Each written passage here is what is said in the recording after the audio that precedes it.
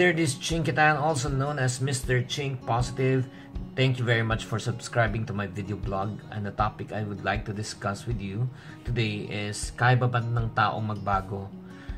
Minsan may naririnig tayong mga comments, nako, wala nang pag-asa yan, talagang grabe, tamad yan, alam naman lang yan, mangutang, hindi naman marunong magbayad. Ingat ka dyan, ha? Walang patutunguhan ng buhay niyan. Alam mo, whether you like it or not, minsan talagang mapanghusga talaga ibang tao. Talagang minsan, hindi mo rin masisisi, sadyang kasi may mga taong hindi rin na rin magbabago through the years. Maganda sana kung dati masama, ngayon ay mabait na, yun ang pagbabago. Pero dating mayabang at nagiging humble na, dating kuripot, ngayon ay generous na. Maganda lang isipin, pero hindi naman yan ang tunay nangyayari. There are some people talaga who find it really difficult to change, or should I say, people who are afraid to change. As we want to help this type of people, you can only do so much. So at the end of the day, lahat tayo ay may choices. But before you decide to give up from this type of people, let me share with you kung bakit ba talaga sila hindi nagbabago. There are some possibilities. Number one possibility is this: they are really afraid.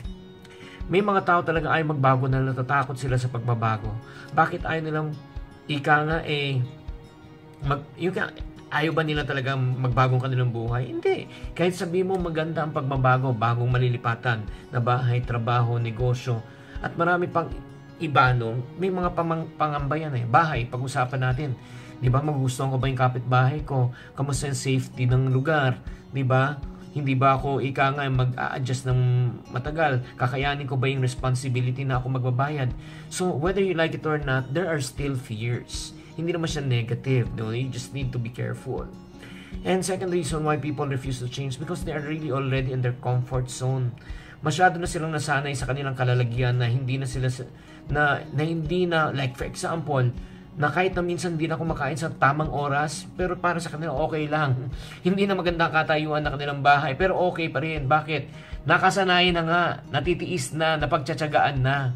So nagkakaroon to ng mentality na okay na kami dito. Ganun talaga ang buhay, tanggapin na namin talaga, ba't pa kami nangangarap? Lulukoy lang namin ang aming sarili. So that's a second reason also. Or a third reason why people refuse to change or don't like to change, because they do not know what to do. They don't know how to start and rebuild their lives. Hindi nila alam kung ano pang gagawin nila, paano sila mag-uumpisa, parati na lang palpak, may kakilala pa ba ako, may tutulong pa ba sa akin? Lalo na, ito yung mga taong nanggaling na abroad, mga OFW, pagbalik na dito, displaced sila, wala na sila mga friends. O another group of people, yung mga taong galing naman sa preso, paglabas talaga nila, mga feeling nila na hindi nila kaya magbago kasi nga, people prejudge them already. At the same time, they feel that they're hopeless already kasi nga, hindi nga nila alam kung paano mag-umpisa. Kaya nga, ladies and gentlemen, sana naman, kung may makilala tayong mga taong mga nega, at the same time wag naman nating husgahan agad. Unawain natin kung saan sila nanggagaling. Is it because number one, they're just afraid, number two, they're at their comfort zone, number three, they just don't know what to do. So ang role natin bilang mga kaibigan, kamag-anak, at talagang mga taong nagmamalasakit sa kanila, let us encourage them, let us support them.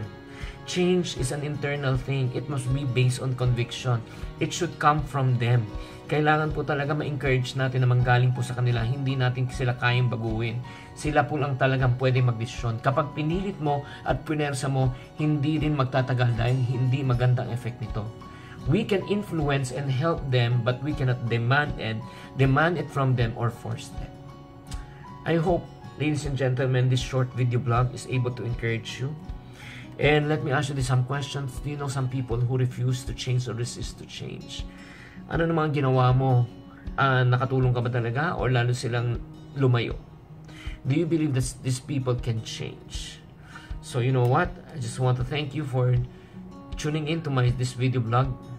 And I always tell people, to every problem, there's always a solution. If you're not part of the solution, you're part of the problem. Always think positive.